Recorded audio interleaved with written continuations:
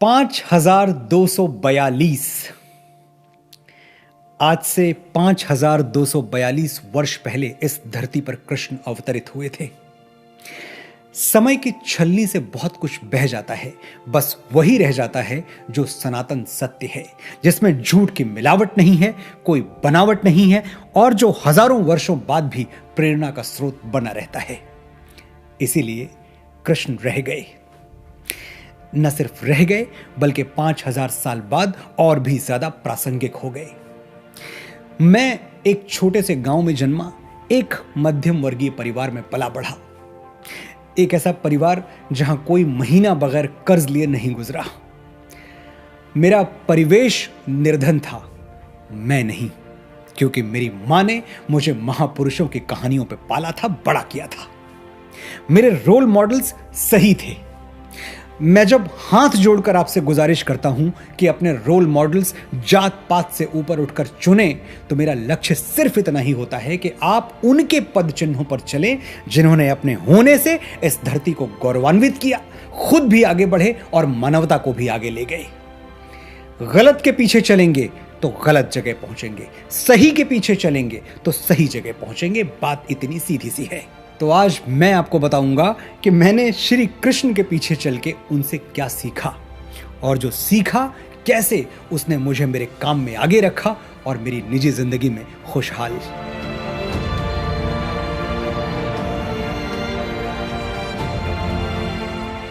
भारतवर्ष में एक राज्य हुआ करता था, प्रागज्योतिषपुर।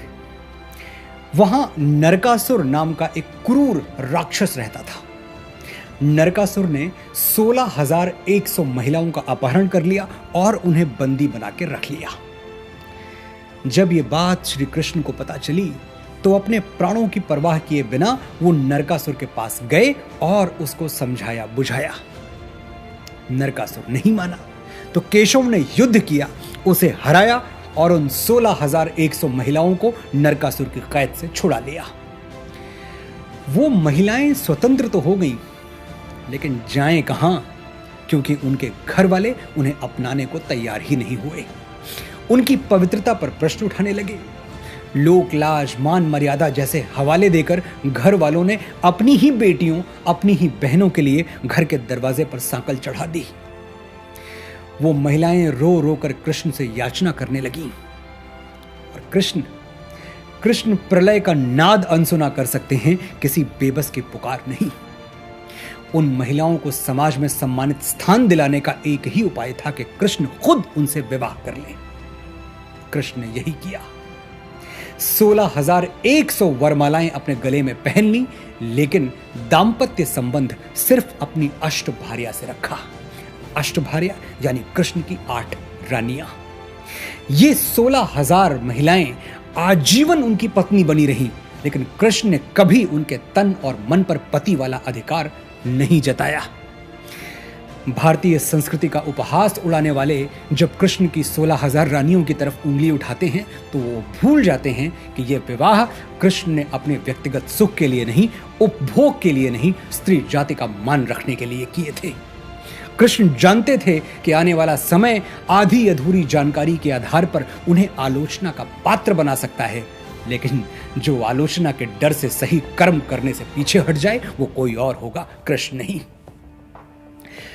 कृष्ण पूर्ण पुरुष थे, क्योंकि स्त्री का मान उनके लिए सर्वोपरि था। अर्जुन को उन्होंने कर्ण वध का आदेश भी इसीलिए दिया था, क्योंकि जब कौरवों की सभा में दुशासन द्रौपदी को निर्वस्त्र कर रहा था तब कर्ण चुपचाप देखता रह गया। उसने इस कुकर्म का विरोध नहीं किया। महाभारत के युद्ध में जब कर्ण ने अपने वध को धर्म विरुद्ध बताया तो कृष्ण ने निंदा करते हुए क्या कहा था, याद है?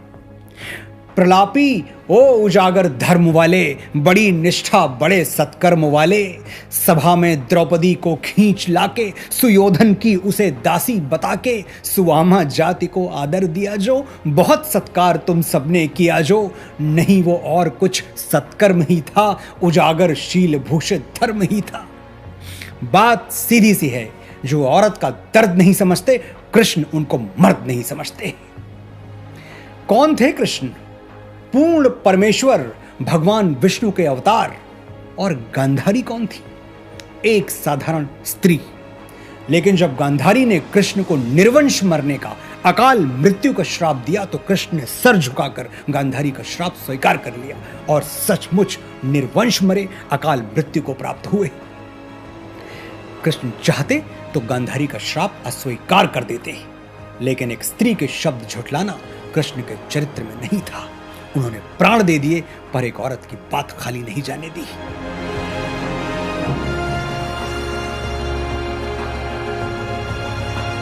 श्री कृष्ण की बुआ का बेटा था शिशुपाल, रिश्ते में कृष्ण का भाई। कृष्ण शिशुपाल से बड़ा स्नेह करते थे, छोटे भाई की तरह उसका ध्यान रखते थे। लेकिन एक भविष्यवाणी हुई थी कि एक दिन कृष्ण के हाथों ही उसका वध होगा। कृष्ण की बुआ इस भविष्यवाणी से डर गई, तो कृष्ण ने उन्हें वचन दिया कि वो शिशुपाल की 100 गलतियां, पूरी 100 गलतियां क्षमा कर देंगे। शिशुपाल बड़ा हुआ और उसे रुक्मिणी से प्रेम हो गया, लेकिन रुक्मिणी तो कृष्ण से प्रेम करती थी। शिशुपाल को यह सहन नहीं हुआ और वो कृष्ण को शत्रु मान बैठा, अपने ही भाई को। युधिष्ठिर का राजसूय यज्ञ हुआ, सभी सगे संबंधी आए, शिशुपाल भी आया और वहीं भरी सभा में वो कृष्ण को अपशब्द कहने लगा, उनका अपमान करने लगा। इतने लोगों के बीच इतना घोर अपमान, लेकिन कृष्ण ने कुछ भी नहीं कहा, बस वो मुस्कुराते रहे।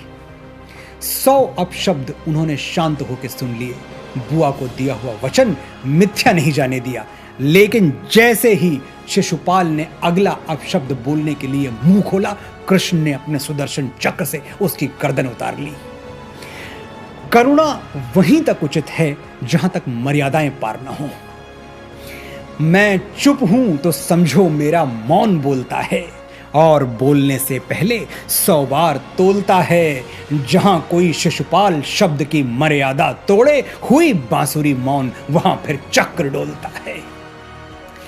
कृष्ण की शांति प्रियता किसी से छुपी नहीं है। वो कभी युद्ध के पक्षधर नहीं थे। कौरवों पांडवों में जब सिंहासन को लेकर मतभेद हुआ तो कृष्ण पांडवों की ओर से शांति का प्रस्ताव लेकर शांति दूत बनकर हस्तिनापुर आए, लेकिन दुर्योधन ने उनकी एक नहीं सुनी, उल्टे उनको बांधने का आदेश दे दिया।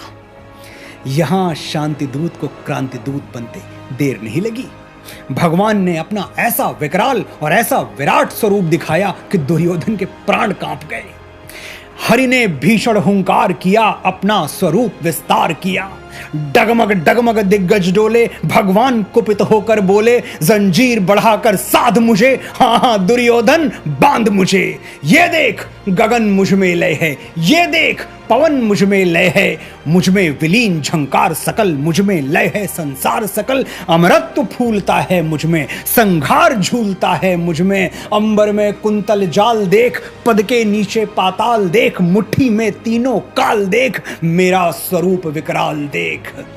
हित वचन नहीं तूने माना, मैत्री का मूल्य न पहचाना, तो ले मैं भी अब जाता हूं, अंतिम संकल्प सुनाता हूं। याचना नहीं अब रण होगा, जीवन जय या के मरण होगा। युद्ध पहला विकल्प ना सही, अंतिम अवश्य है।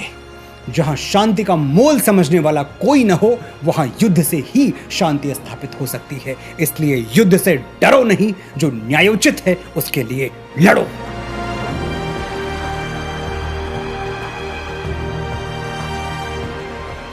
राधा और कृष्ण का प्रेम का सबसे ऊंचा शिखर है। एक ऐसा शिखर जहां दुनिया की धूल और धुआं पहुंच तक नहीं पाता। बात उस समय की है जब कृष्ण वृंदावन छोड़ के हमेशा के लिए जा रहे थे कंस से युद्ध करने।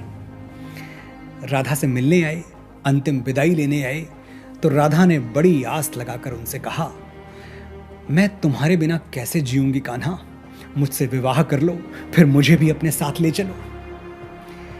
कृष्ण ने यह सुनते ही अपना मुंह घुमा लिया, राधा की तरफ पीठ करके खड़े हो गए। राधा का दिल टूट गया, वो घायल हो गई, रोने लगी, बोली, मैंने प्रेम को विवाह में बदलने की बात कह के क्या कोई अपराध कर दिया? तुमने तो मुझसे नजर ही फेर ली कान्हा, मेरी ओर देखो तो। और कृष्ण राधा की तरफ मुड़े तो राधा क्या देखती हैं कि वो कृष्ण हैं ही नहीं, राधा बन चुके हैं। कृष्ण बोले, विवाह दो आत्माओं का मिलन है राधे। विवाह करने के लिए दो लोगों की आवश्यकता होती है, पर मैं और तुम दो कहाँ हैं, एक ही तो हैं। किससे विवाह करूं राधा? अपने आप से।